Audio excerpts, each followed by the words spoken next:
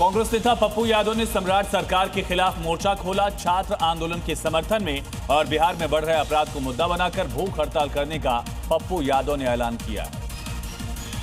सांसद पप्पू यादव ने कहा कि आंदोलन के जरिए सरकार पर छात्रों और अपराध के मामले में जवाबदेही तय करने का दबाव बनाया जाएगा। ठेकेदार रामनरेश की हत्या के बाद परिजनों से मिलने पहुंचे पप्पू यादव ने कहा कि बिहार में लगातार अपराध बढ़ रहा है, जिस पर रोक लगाने की जरूरत है और अगर सरकार एक दिवसीय आंदोलन के बाद सख्त कदम नहीं उठाती है तो आगे आंदोलन को और बड़ा रूप दिया जाएगा। वक्फ अधिनियम में संशोधन के बाद संपत्तियों को तेजी से डिजिटलाइज किया जा रहा है। अल्पसंख्यक मामलों के मंत्रालय के आधिकारिक आंकड़ों के मुताबिक 7 अगस्त तक उम्मीद सेंट्रल पोर्टल 2025 पर 7,99,000 से ज्यादा संपत्तियों की लिस्टिंग पूरी हुई। पोर्टल पर वक्फ संपत्तियों की डिटेल अपलोड करने की प्रक्रिया पिछले साल शुरू हुई थी। प्रॉपर्टी लिस्टिंग में सबसे आगे यूपी है, जहां 1.52 लाख संपत्तियां, जबकि दूसरे नंबर पर बंगाल है, जहां 1.31 लाख संपत्तियां पोर्टल पर लिस्ट की गई हैं।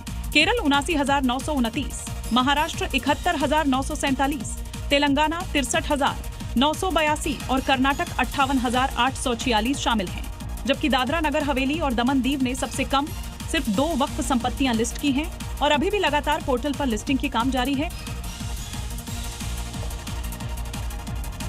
यूपी के बहराइच की खबर है। तेंदुए के हमले से 24 घंटे में महिला और 5 साल के बच्चे की मौत हो गई है। गांव में घास काटने गई महिला का शव मिला, जबकि मोतीपुर में चाचा के साथ लौट रहे सूरज नाम के बच्चे पर तेंदुए ने हमला कर दिया। दोनों की मौत हो गई है। बहराइच में जानवरों का आतंक खत्म नहीं हो रहा। जंगली जानवरों के आतंक से लगातार लोग दहशत में हैं। 2 लोगों की मौत हो गई अब तक 24 घंटे में तेंदुए के हमले के बाद। इससे पहले भेड़ियों का आतंक बहराइच में देखा गया था।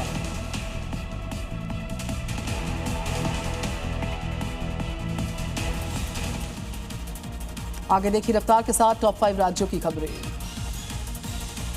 एमपी के रतलाम में दरअसल दिल्ली मुंबई एक्सप्रेसवे पर एक बड़ा हादसा हुआ। एक खड़े ट्रक में कार घुस गई। एक ही परिवार के 4 लोगों की मौत हो गई, 5 लोग घायल हो गए।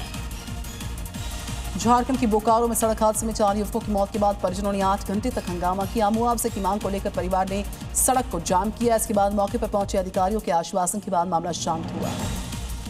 हरियाणा के रोहतक में हाईवे पर ट्रक से कार टकरा गई। कार चालक की मौके पर मौत हो गई। हादसे की काफी देर तक सड़क पर जाम लगा रहा। पुलिस के पहुंचने के बाद जाम खुलवाया गया।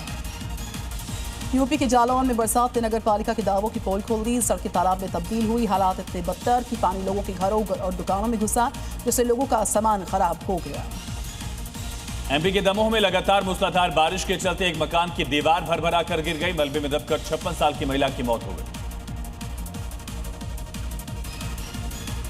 दिल्ली के साकेत इलाके से खबर है। 30 मई 2026 को जो इमारत गिरने के मामला सामने आया था, इस पर चार्जशीट दाखिल की जा चुकी है। दिल्ली पुलिस ने साकेत कोर्ट में चार्जशीट दायर की है। हादसे में 6 लोगों की मौत हुई थी, कई लोग घायल हुए थे।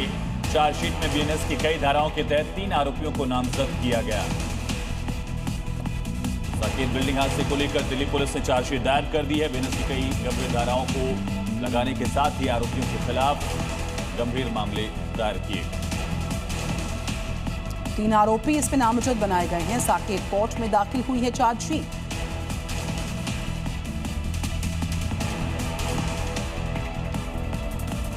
पूर्व प्रधानमंत्री अटल बिहारी वाजपेयी की पुण्यतिथि पर दिल्ली सरकार शुरू करेगी 25 नई अटल कैंटीन। पिछले साल शुरू की गई इस योजना के तहत अब तक 75 अटल कैंटीन संचालित हो रही हैं। 25 नई कैंटीन शुरू होने के बाद दिल्ली में अटल कैंटीन की कुल संख्या बढ़कर 100 हो जाएगी। अटल कैंटीन में दिल्ली सरकार सब्सिडी देती है, जिससे 30 रुपये की थाली लोगों को सिर्फ 5 रुपये में मिलती है, जिसमें दाल चावल सब्जी रोटी और अचार दिया जाता है। ऐसी कैंटीन के जरिए सरकार की कोशिश है कि जरूरतमंद और गरीब लोगों को कम कीमत पर पौष्टिक भोजन उपलब्ध कराया जा सके। अभी हर कैंटीन में औसतन 30,000 से ज्यादा लोगों को 5 रुपये में खाना दिया जा रहा है।